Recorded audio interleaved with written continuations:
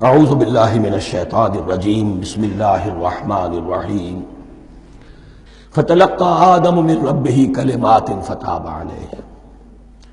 تو سیکھ لیے، حاصل کر لیے آدم نے اپنے رب سے کچھ کلمات، تو اللہ نے ان کی توبہ قبول کر لی۔ اب اس کی وضاحت سورہ اعراف میں ہے۔ یہ تو چونکہ پس منظر میں وہ 2/3 قرآن موجود ہے، اس کی وضاحت کیا ہے کہ حضرت آدم میں سخت پشیمانی پیدا ہوئی ہے، میں نے کیا کیا، مجھ سے خطا سرزد ہو گئی، اللہ کے حکم کی میں نے خلاف ورزی کی۔ لیکن ان کے پاس الفاظ نہیں تھے کن الفاظ میں اللہ سے استغفار کریں، کن الفاظ میں اللہ سے معافی چاہیں۔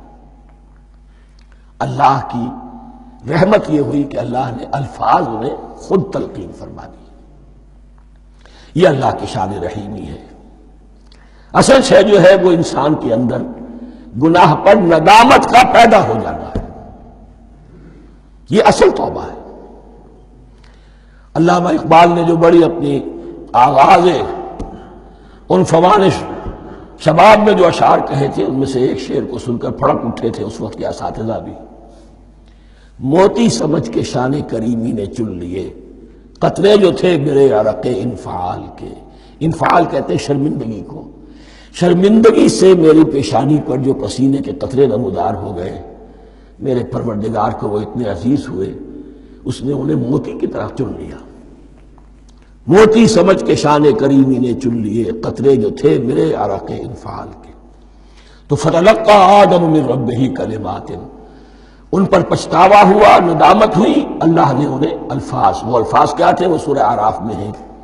ربنا ظلمنا انفسنا وان لم تغفر لنا وترحمنا لنكونن من الخاسرین۔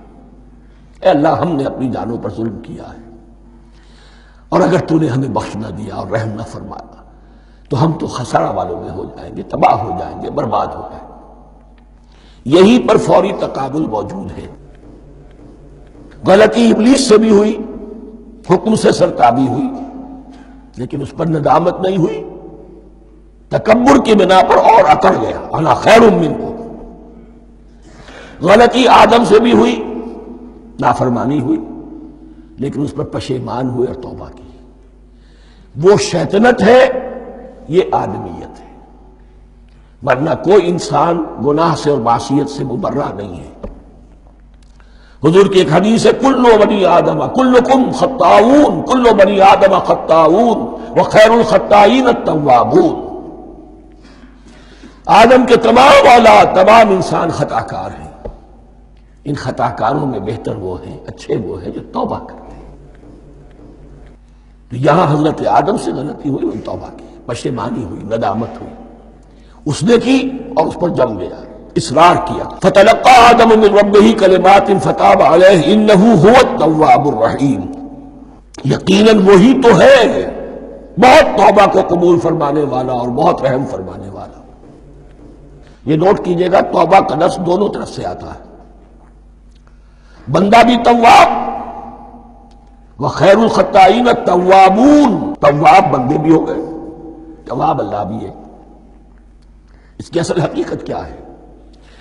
بندے نے خطا کی اور دور ہو گیا اللہ سے، اللہ نے اپنی رحمت کی نگاہ اس سے پھیر لی۔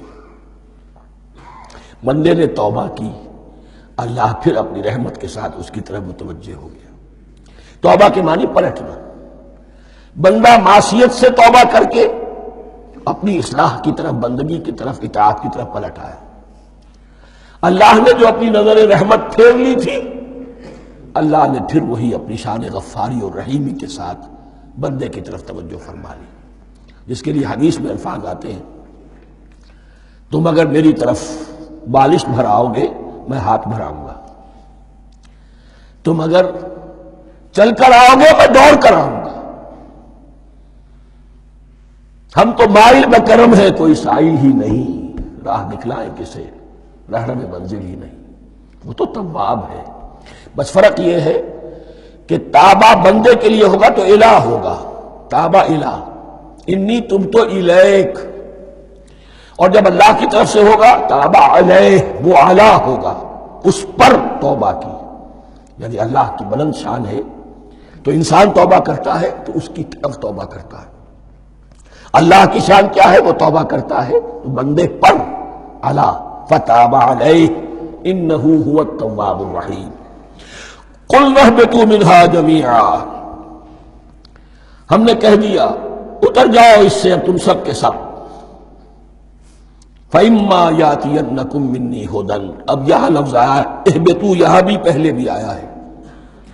جو حضرات یہ سمجھتے ہیں کہ تخلیق آدم آسمانوں پر ہوئی ہے اور جنت بھی وہ آسمان میں ہے جہاں رکھے گئے تھے، آزمائشی یا ٹریننگ یا ڈیمانسٹریشن والی جنت، وہ یہاں حبوط کا ترجمہ کریں گے کہ آسمان سے زمین پر اترنے کا حکم دیا گیا.